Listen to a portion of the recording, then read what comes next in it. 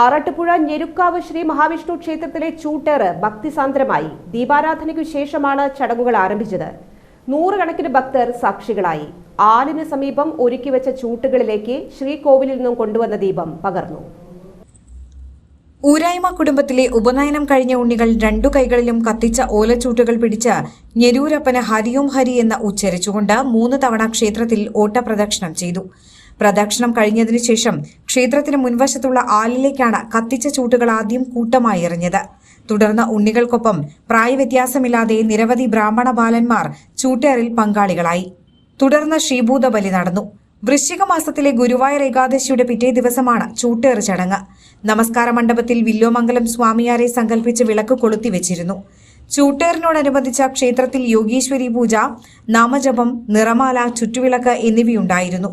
തന്ത്രിമാരായ വടക്കേടത്ത് ഹരിനമ്പൂതിരി, തെക്കേടത്ത് ദാമോദരൻ നമ്പൂതിരി എന്നിവർ പൂജകൾക്ക് നേതൃത്വം നൽകി.